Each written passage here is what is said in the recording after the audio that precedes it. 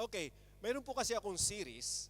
So, this is our series about the new beginning. It's good for us to begin this year in a good foundation, or we call that spiritual growth and stability.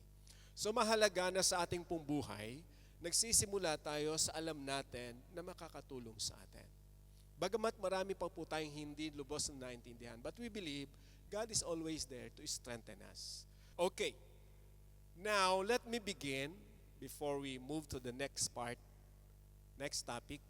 Let me begin once again with this question. What new things do you think might happen to you if you fully depended on Jesus? What do you think? Ano ang pwede mangyari sa buhay natin kapag kayong ating pong talagang dependence nasa Panginoon? We trust in the Lord fully. 100% sinasabi natin sa ating kaisipan, Lord, I trust in you. Bagamat may mga bagay na minsan karoon tayo ng doubt sa buhay natin, but again, every time we come to the Lord, we always encourage ourselves, I should trust Him.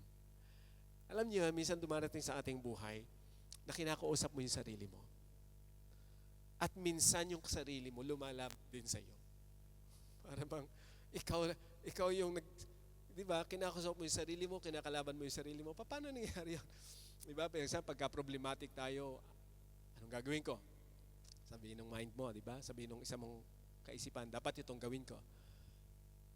Another mindset na naman, papasok, hindi, dapat itong gawin ko. So, minsan nagtatalo yung ating kaisipan. It's good for us to be reminded always that we should depend always on Jesus. Maraming kakataon po sa buhay natin. Now, if you're taking notes, remember our study, and if you want to remember, the next part of our study, the title is this, The Vine. So, we will focus about the vine. So, ano itong vine na sinasabi sa Bible? Sino yan? So, di ba last week na pag-aralan natin about the Word of God, the root. Now we will focus about the vine. So, ano ang bagay na nais ng Panginoon na matutunan natin about the vine? And this is our key verse, John 15 verse 5. It says, I am the vine, you are the branches. He who abides in me and I in him bears much fruit. For without me, you can do nothing. Sa Lord nang galing yan, and it was Jesus who declares this statement. Sabi ng Panginoon, I am the vine. Jesus is the vine, and we are the branches.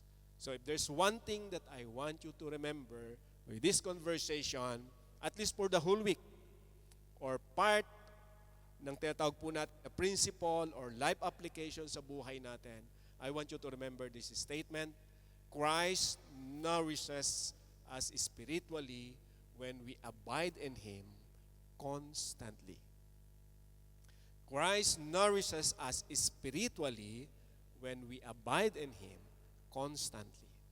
Do you notice the condition? So based sa ating pumapag-aaralan, the Lord wants us to abide in Him constantly. Dapat ang maging focus sa buhay natin ay si Kristo, at sa Kanya po tayo palaging lumalapit. The word abiding in Him, meaning we should trust Him constantly. Kahit minsan nalilito tayo, pero pag lumalapit ka po sa Diyos, you should express your trust in Him. Why? Because He is our Creator. He is the one who knows everything in us. Can we imagine He created us from nothing? So diba, gaanong klaseng kapangyarihan mayroon ng Diyos? At ano ang pwede mong isipin na hindi niya kayang gawin? He can do everything. Ito po yung gusto ko na maging malinaw sa atin. Christ nourishes us spiritually when we abide in Him constantly. Dapat nagpapatuloy po. Okay, let's read this verse. From verse 1, ito yung declaration ng Panginoong Jesus. I am the true vine, and my Father is the vine dresser. Every branch in me that does not bear fruit, He takes away, and every branch that bears fruit, He prunes, that it may bear more fruit. So it is very important for us to understand the statement of the Lord. When Jesus said that, I am the true vine. So theologically speaking po, the word I am is pertaining of His deity of being the Son of God and equal with God. So yan po isang statement na ginamit ng Panginoon sa Bible. Pinapakilala niya kung sino siya. The word I am. So ito po ay na-mention even from the Old Testament that was used by the Lord from Exodus during the time when Moses is asking of who God is, and the Lord expressed Himself saying, I am who I am. And Jesus used the same word ng panahon po na siya ay naging tao, that the word I am who I am, or I am that I am. So, I am the beginning and I am the end. So, nung sinabi ng Panginoong Hesus that I am the true vine, gusto niyang bigyan ng emphasis, ano katotohanan mayroon sa kanya bilang the vine, yung pong puno, di ba, ng ubas. The vine is the body, or ito po yung tinatawag na nagsusustain doon po sa lahat ng branches doon sa grapes. O sa, kumbaga po, ay ubas na napakasarap kainin. But anyway, the Lord wants us to understand the statement from here. So, there are 3 words that I'd like you to remember from the statement of the Lord. Nang sabihin ng Panginoon, I am the true vine, He wants to be reminded that Jesus is the sustainer of what we need. Anong kailangan mo sa buhay? It is Jesus who is able to supply everything. Lahat ng pangailangan po natin sa buhay, He provides. Even trabaho natin, pangailangan natin sa family, it is God who provides everything. Tandaan po natin, kaya si Jesus, claim niya, I am the true vine, you are the branches. And then the word He takes away from the term airo, para lang magkaroon po tayo ng idea, the word takes away, some of the version use the word to carry, or take out, or take away, or cuts off. It depends on the context kung saan po ginamit. Since ito pong pinag-aaralan natin, this is a metaphor. So hindi po ito parable, para maintindihan po natin, John chapter 15 is a metaphor. Or extended metaphor, ang sabi po ng ilan sa mga Bible scholar, because there's so many, kumbaga po ay words that Jesus used in this chapter. Like the Father, who is the Father, who is He as the vine, diba? And what is the fire, there's so many things that we can learn from this. And the word He takes away, some version use the word cuts off or pinuputol.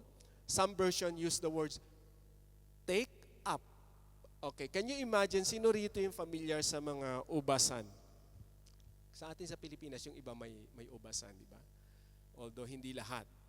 Pero sino ang nakakita na ng the vine, or, di ba?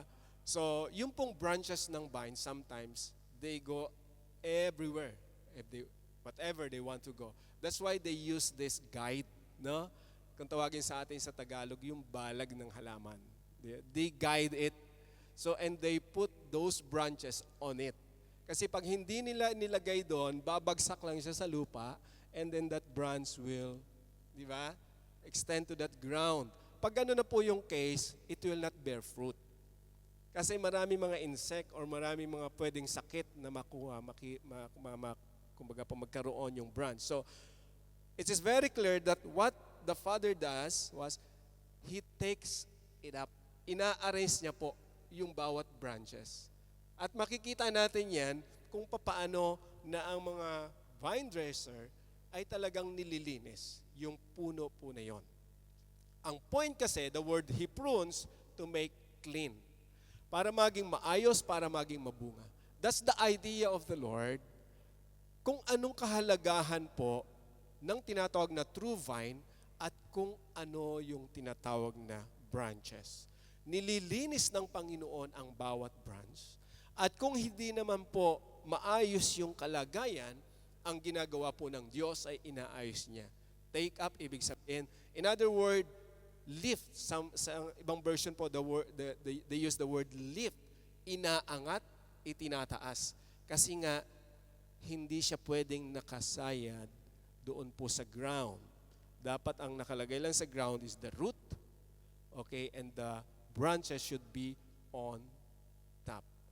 So, doon natin makikita kung anong idea ng Panginoon from this verse. So, if we will continue, you are already clean because of the word I have spoken to you. So, the promise of the Lord, first and foremost to the disciples, because of your faith in me, you're already clean. And that's because of the word. You listen to me, yun yung point ng Panginoon. Nakinig kayo sa akin, and then, you have faith in me, and that's the cause why you are clean. The same thing po sa buhay natin ngayon. The Word of God is the one that cleanses us. When we express our faith in the Lord, nililinis po tayo ng Panginoon. So remember, yung ating pong kasalanan ay nilinis ng Panginoon when Jesus died on the cross. He cleansed all our sins by the forgiveness that we have received from the Lord. Nilinis tayo ng Panginoon. And the reason why we trust Him is because of His Word. So makikita natin yung link na ang pananampalataya ay nagsisimula lahat sa salita ng Panginoon. If we cannot hear, or if we don't hear, or if we do not want to hear the Word of God, it will not produce faith in our lives. It is because of the Word of God. That's why we have faith in God. Yun po yung point ng Panginoon. Because of my Word, you have, or you already clean. So dito natin makikita ang pangako ng Panginoon. Now, if we will continue, He said in verse 4, remain in me as I also remain in you. It's about the relationship between the Lord and the believers. Remain in me and I also remain in you. No branch can bear fruit by itself. It must remain in the vine. Neither can you bear fruit unless you remain in me. It is very clear. Gusto ng Panginoon na ipaunawa sa bawat isa, walang magiging, kumbaga po, growth. There is no spiritual growth in our lives without abiding or attaching to the vine, who is Jesus. Kahit po tingnan natin, literally, di ba, ang isang sanga, kapag ka po tinanggal mo, inihiwalay mo sa puno, don't expect any growth. Ano mangyayari in future?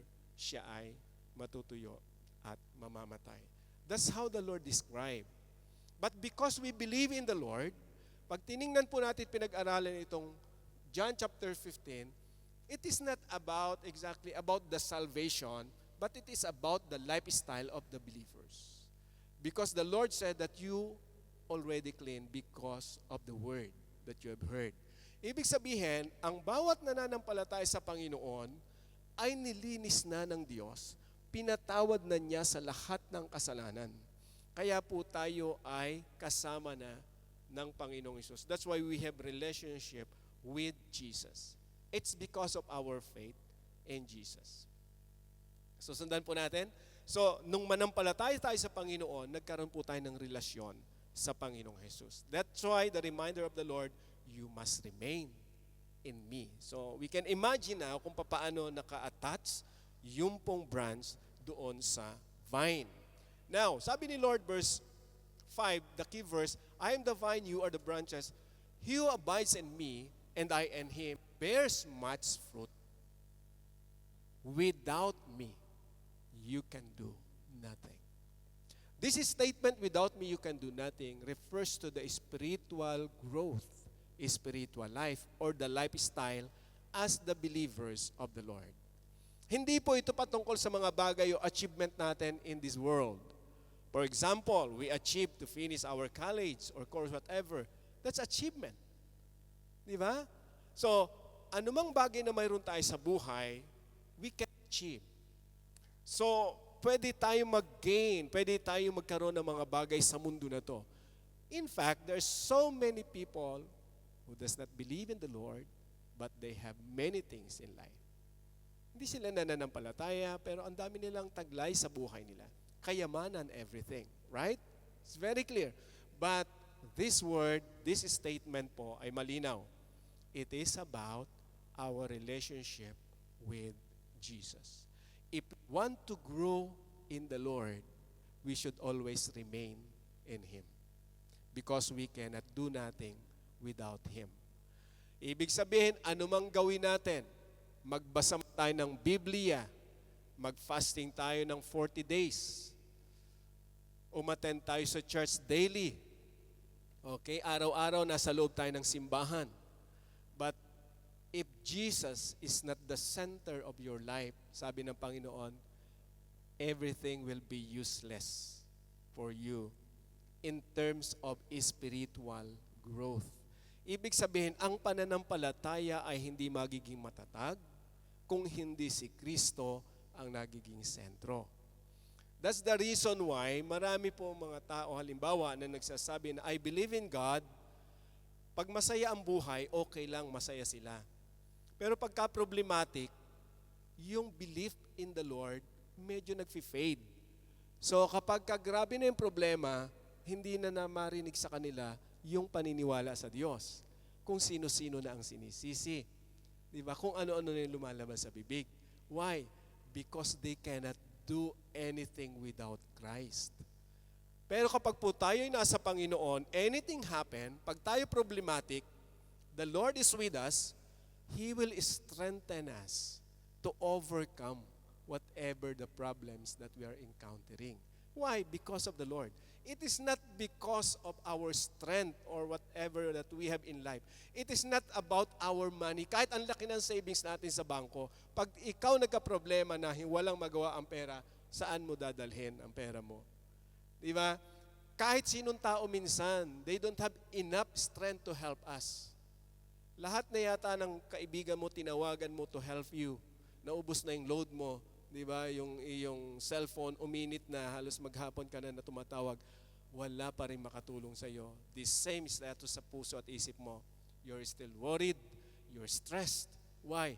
Because we cannot do anything without the help of Jesus in our lives. So followed by verse 6. Look at verse 6. Before that, that's why this is my reminder. Christ nourishes us spiritually when we abide in Him constantly. Look at in verse, kumbaga po, that statement, it shows us that Jesus is the true vine, the only source of our spiritual nourishment. So it's very clear, without Jesus, there is no spiritual nourishment. Another point, spiritual nourishment flows only through constant connection to Jesus or to the vine. Imagine po, dapat constant connection. Okay, so nakita natin kanina, let me remind you once again that Jesus is the only source. And another point na may pinapakita sa atin ng verse 5 before verse 6 is we should have a constant connection to Jesus. And the third na gusto alala ng Panginoon, apart from Jesus, there's no spiritual nourishment. That's the reason why He said, you can do nothing apart from me. Kahit po anong gawin natin, wala po talaga tayong pwedeng maitulong sa sarili natin spiritually. We cannot increase our faith by on our own effort. We need Jesus for us to be strengthened through His Word. Inuulit ko po every time we hear the Word of the Lord, we should acknowledge Jesus and ask Him, Lord, why am I hearing this? Help me, Lord, not just to understand, but help me to apply whatever you want me to learn. Dapat po naroon lagi yung ating puso, lumalapit sa Panginoon, ina-acknowledge natin siya na siya lang po yung source ng ating pong spiritual nourishment or growth. Apart from Jesus, we can do nothing. Now in verse 6, very clear po yung sinabi ng Panginoon. If you do not remain in me, you are like a branch that is thrown away and withers. Such branches are picked up, thrown into the fire, and burned. So literally speaking, Ito naman talaga yung ginagawa ng isang magsasaka. Okay? If you are familiar sa mga, tayo po ay nasa bukid, ako rin po ay lumaki sa bukid, sa Bicol Province. So sanay din kami na maglinis ng mga halahalaman. And then yung mga dried stick or whatever yung puno, sinusunog po talaga. But because this statement of the Lord is a metaphor at may mga figurative word or speech po na ginamit yan ng Panginoon. So, titingnan natin, ano ang point ni Lord nung sinabi niya na, if you do not remain in me, you are like a branch. So, look at this statement. You are like a branch. So, kino-compare ng Panginoon, pag hindi kayo nanatili sa akin, kagaya nyo ay isang sanga na natutuyo or itinatapon, natutuyo, at doon po ay susunugin. So, di ba? But because we are studying here, not about the salvation that God has given us, but the lifestyle. So, let me clarify. Hindi pag-uusapan dito sa verse 6 yung pagliligtas ng Diyos, kundi yung pamumuhay mayroon ng isang mananampalataya. Okay? Kasi malinaw na from the previous verses that we are already attached in Him. Okay? So, ano ngayon po ang ibig sabihin ni Lord dito? So, pag tinignan natin, the word thrown away, if we will look at it in our lifestyle, meaning it is loss of fellowship with Him. Imagine kapag ikaw po ay nahiwalay, loss of fellowship. In reality sa buhay natin, aminin man natin sa hindi, we already believe in the Lord, right? But sometimes we have our own decision in life. Aminin. Right?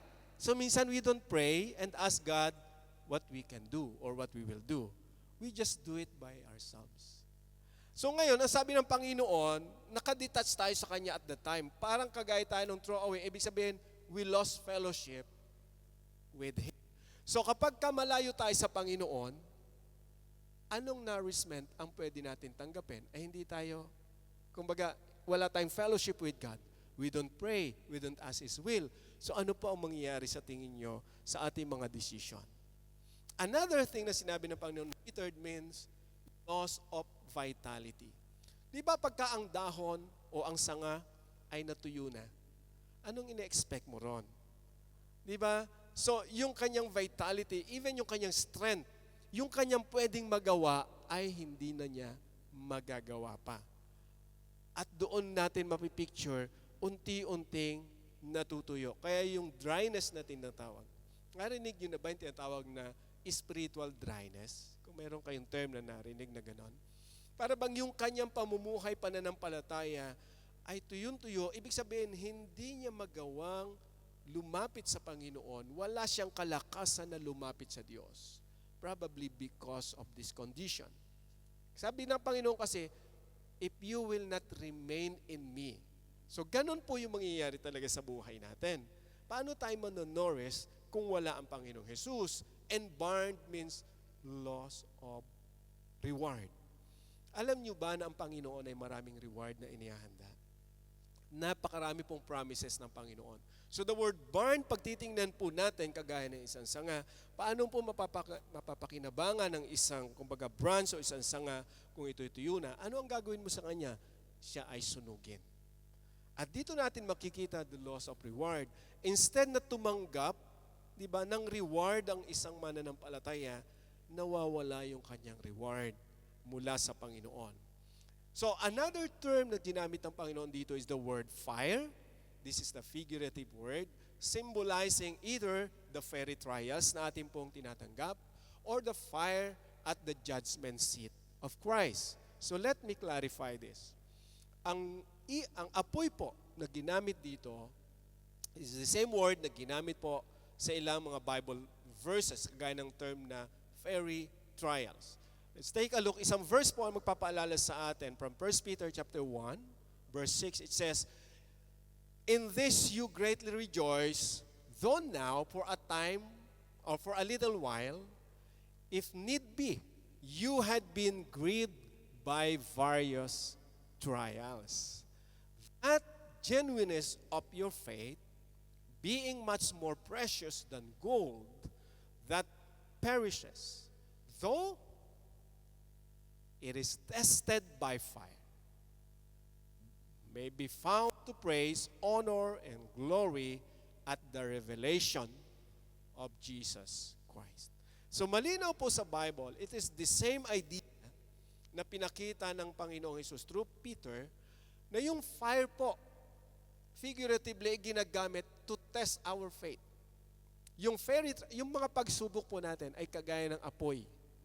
Sinusubok yung pananampalataya natin. Yun yung paalala rito ni Peter. Di ba? Ano sabi ron? Para bang, kung ang gold nga, tinetest kung pure gold. Kung ang silver, paano mo matetest ang pure gold? Kinakailangan padaanin mo sa mainit na apoy. Sobrang init po nun. At doon nahihiwala yung gold. Sabi ni Peter, the same thing yung ating faith. Kinakailangan dumaan yan sa apoy. Kinakailangan masubok. Another verse na magpapaalala po sa atin, Corinthians chapter 3 verse 11.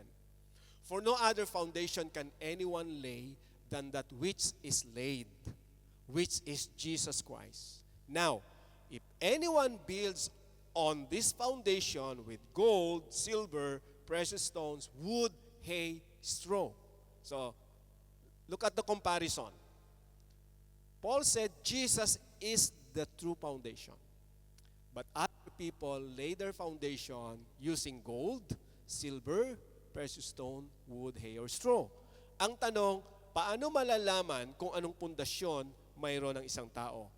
Ang pundasyon niya ba ay kay Kristo o ang pundasyon niya ba ay sa kayamanan, sa achievement sa buhay? Kasi pwede nating sabihin, I'm okay because of my achievement. I have savings, I have house and lot, I have ranch in the Philippines. For example lang, ha? Pwede mong sabihin sa sarili mo yun eh. Kasi marami kang achievement. Pero darating ang panahon, malinaw po na lahat tayo, pagharap sa Panginoon, sabi ron, each one's work will become clear, for the day will declare it, because it will be revealed by fire. And the fire will test each one's work of what sort it is. So yung apoy na ito po yung judgment seat ng Panginoong Hesus. Ibig sabihin, in the last days, i-reveal ng Panginoon kung anong klaseng pananampalataya mayroon ang tao sa Kanya. So dito pa lang sa mundo, pinapaunawa na ng Panginoon. If Jesus is not the center of our faith, what do you think is the foundation of your faith? It is our achievement, is it gold, is it silver, or what kind of foundation that we have in this world? Pwede kasi nating sabihin, I'm okay. Mabuti akong tao, wala akong pinapatay. Huwag niyo na akong pakialaman. Maayos ang trabaho ko, wala akong niloko. Kayo na lang dyan. Basta ako may sarili akong prinsipyo sa buhay ko. Maybe that is gold for you. Na okay ang buhay mo. But let me remind you, without Jesus, it's nothing. Pagharap po natin sa Panginoon. Hindi ko sinasabing walang kwenta ang kayamanan. No. It's important for us to earn and to save. But pertaining to our relationship with God and for our spiritual growth, wala pong magagawa ang kayamanan. Walang magagawang achievement. It's only because of the Lord. That's why nung sinabi ko po, if you read our statement sa ating FB page, life's expectation depends on the stability of your foundation. Now, who is our foundation? What do you expect sa buhay mo? Looking forward, 3 to 5 years or 10 years from now, anong nakikita mo sa buhay mo? Anong nakikita mo sa sarili mo based on your faith in God? Diba? I believe the Lord will reveal to us whatever future that may happen in our lives if we will believe in Him. Because He is always there to remind us. Kaya kung titinan po natin mga kapatid, yung paalala ko po kanina, Christ nourishes us spiritually when we abide in Him constantly. So do not forget mga kapatid, we should grow spiritually. Ibig sabihin, our faith must grow. kinakailan lumago po tayo sa pananampalataya. Nowadays, marami pong nangyayari sa mundo. Affected ang buhay ng tao. Pag ang tao hindi nananampalataya sa Diyos, madali po tayong masway or madala ng mga bagay, mga problema sa mundo na to. That's why I said only Christ can nourish us spiritually. But what we can do is to abide in Him constantly. Remember my question? What new things do you think might happen to you if you fully depended on Jesus? What do you think? Ang isang bata po, if you remember as a child, their hearts and their mind is fully dependent on their parents. That's the reason why whatever the parents will tell them, they will follow. Kasi yung kanilang kaisipan, nasa magulang nila at that age. Gusto nila na, kumbaga magawa ano man sinasabi ng nanay. Kung mayroon silang fear, lumalapit sila sa kanilang magulang. Tayo. Naging bata tayo, di ba? Nung ikaw bata pa at may takot ka, kanino ka unang lumalapit? Kapitbahay o nanay o magulang mo? Sa magulang. Papiliin ka, kapitbahay mo o magulang ka pupunta eh. Di ba? Dahil alam natin, hindi tayo pinapabayaan ng magulang natin. Kagaya ng isang bata, doon tayo ni-illustrate ng Panginoon. Dapat 100% dependent tayo sa Lord. We should depend on Jesus 100% like a child who depends their parents 100%. So, that's why this is my last advice, brothers and sisters. Remain connected to Jesus Christ and build your life on Him as your foundation. Sa pagsisimula ng taon na to, maganda na, sabi ko nga rin last week, itama na natin yung pundasyon natin sa buhay. Marami na tayong naranasan. How many years had passed? Anong experiences natin? Masaya ba tayo doon sa mga nakaraan? Bakit ka masaya? Who is the source of that joy?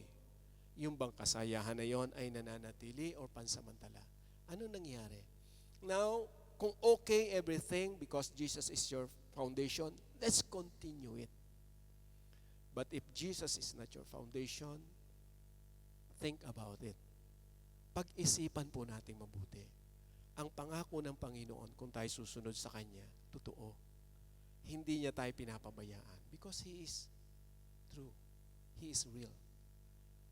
Ang pangako niya po ay totoo. That's why this is my reminder. Let's build our life on Him as our foundation. Kay Kristo lang po dapat at hindi sa kung ano mang bagay natin itinatayo ang ating pananampalataya. We focus on Jesus and we follow Jesus whatever He wants us to do according to His grace and mercy.